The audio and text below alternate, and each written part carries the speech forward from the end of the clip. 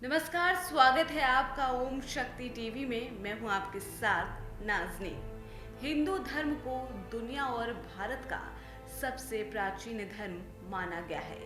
ऋग्वेद विश्व की सबसे प्राचीन धार्मिक पुस्तक है। इस पुस्तक पर आधारित धर्म को पहले वैदिक धर्म कहा जाता था। तो चलिए आज हम आपको बताएंगे कि हिंदू धर्म का किस तरह धरती पर हुआ था बंटवारा।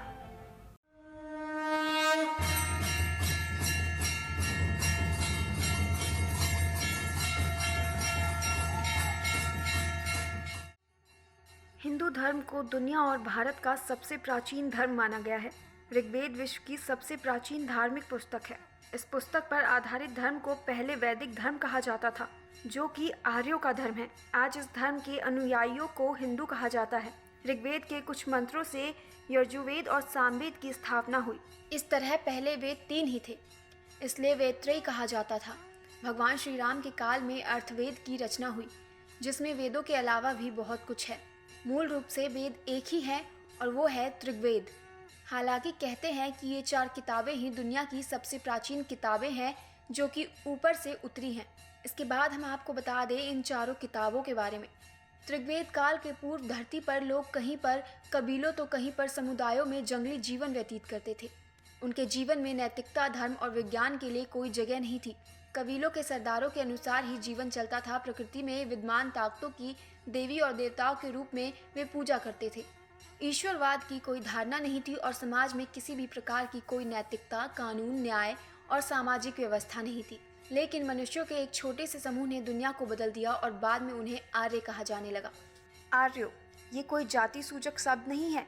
आर्यों ने आज से लगभग 15,000 वर्ष पूर्व धर्म को एक व्यवस्था, रिवाज दिया, नियम दिया, सामाजिक कानून दिया, विज्ञान दिया और सबसे बड़ी बात कि उन्होंने व्यक्ति को नैतिक रूप से रहना सिखाया।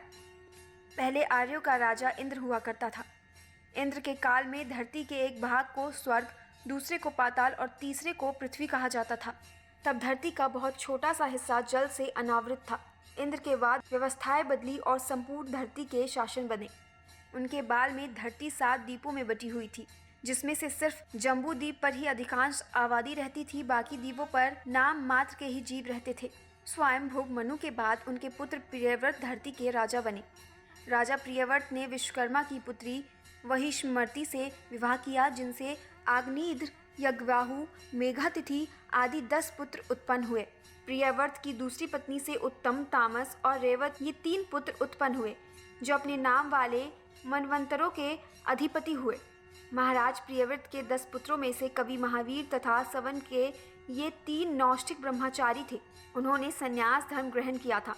राजा प्रियव्रत ने धरती का विभाजन कर अपने 7 पुत्रों को अलग अलग द्वीप का शासक बना दिया।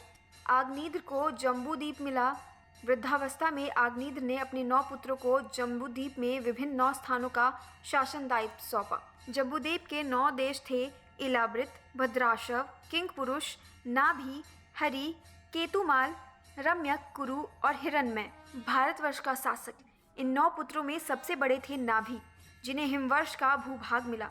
इन्होंने हिमवर्ष को स्वयं के नाम अजनाव से जोड़कर अजनाव वर्ष प्रचारित किया। ये हिमवर्ष या अजनावर्ष ही प्राचीन भारत देश था। राजा नाभि के पुत्र थे ऋषभ। ऋषभदेव के 100 पुत्र में भरत ज्येष्ठ एवं सबसे गुणवान थे। भरत को जैन धर्म में भरतवाहु कहते थे। ऋषभवेद ने वानप्रस्थ लेने पर उन्हें राजपाट सौंप दिया था। भारत के नाम से ही लोग अजनाव खंड को भारतवर्ष कहने लगे। इस भारतवर्ष में बसे लोगों को ही भारतीय कहा जाता है। हम इस क्षेत्र के भारतीयों के साथ हुए धर्मांतरणों का ही उल्लेख करेंगे। प्राचीन काल में ये अखंड भारतवर्ष हिंदू कुश पर्वतमाला से अरुणाचल और अरुणाचल से वर्मा, इंडोनेशिया तक फैला था।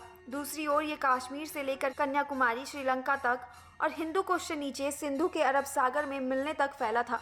यहाँ की प्रमुख नदियाँ सिंधु, सरस्वती, गंगा, यमुना, कुंभा, ब्रह्मपुत्र, कृष्णा, कावेरी, नर्मदा, महानदी, क्षिप्रा आदि है। 16 जनपदों में बटे इस क्षेत्र को भारतवर्ष कहते हैं।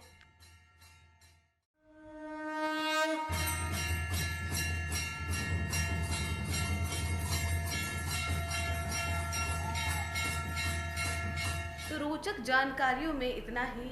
बाकी कहानी और रोचक जानकारी जानने के लिए देखते रहिए ओम शक्ति टीवी। नमस्कार।